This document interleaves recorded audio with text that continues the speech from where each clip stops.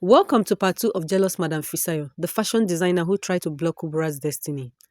2 days before Kuburat's training was supposed to end, Madam Fisayo fell ill. She remained inside her house, unable to walk to the shop.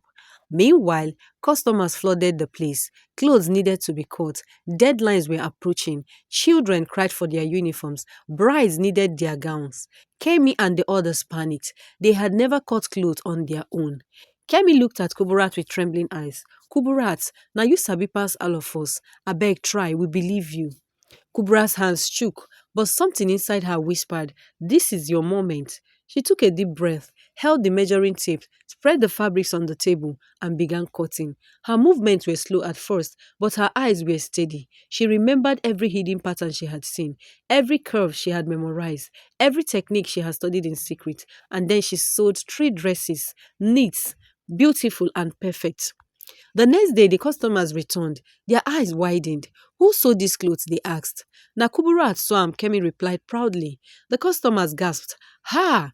This one even fine past Madame Onu."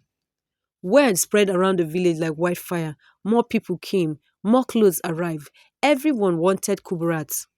When Madame Fisayo finally returned to the shop and saw customers praising Kuburat, something snapped inside her. Jealousy burned like fire. She shouted at Kuburat, insulted her, even raised hand to strike her. But the customers stopped her. One woman said firmly, "If you touch this girl, now all of us go follow and go anywhere she enter." Madam Fisayo froze. The same village that worshipped her was now defending Kuburat. That evening, Madam Fisayo sent Kuburat packing. Kuburat packed her small bag from the boys' quarters and left Madam Fisayo's compound with quiet dignity. Outside, Mama Peace was waiting. "My daughter, I fit give you small space for front of my shop," she offered kindly. But Kuburat shook her head gently, saying, staying close to Madam Fisayo would mean fresh trouble. She needed peace.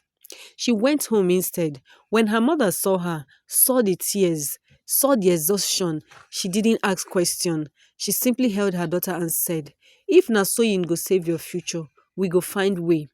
The next morning, Mama Kubrat borrowed money from a cooperative woman in the village. With that money, she bought Kubrat a small sewing machine, not brand new, but strong enough to begin a new life.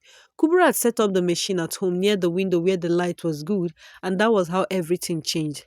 People from far and wide heard the news. Now that girl wey sew those fine dresses, where she dey now? Carry your clothes go her house, she sabi work. They knocked on her door with wrappers, lace, uniforms, even wedding gowns. Kemi and 2 other apprentices left Madame Fisayo and joined Kuburat at home. In just a few months, Kuburat became the new pride of the entire village. Her stitches were neat, her cuts were precise, and her heart was kind. Customers stopped going to Madame Fisayo. Her shop grew empty, her pride collapsed, and just like a faded thread, her influence slowly unraveled. Kuburat, the girl who learned in secret, the girl they tried to suppress, became greater than the woman who feared her rise, and the village carried a new lesson in their hearts. When you block someone's destiny out of jealousy, the universe will open another door for them and close yours for good. Because talent is like a seed. It may be buried, but once it finds light, it will grow and perfect success is not about how much knowledge you gather, but how many lives you impact with it.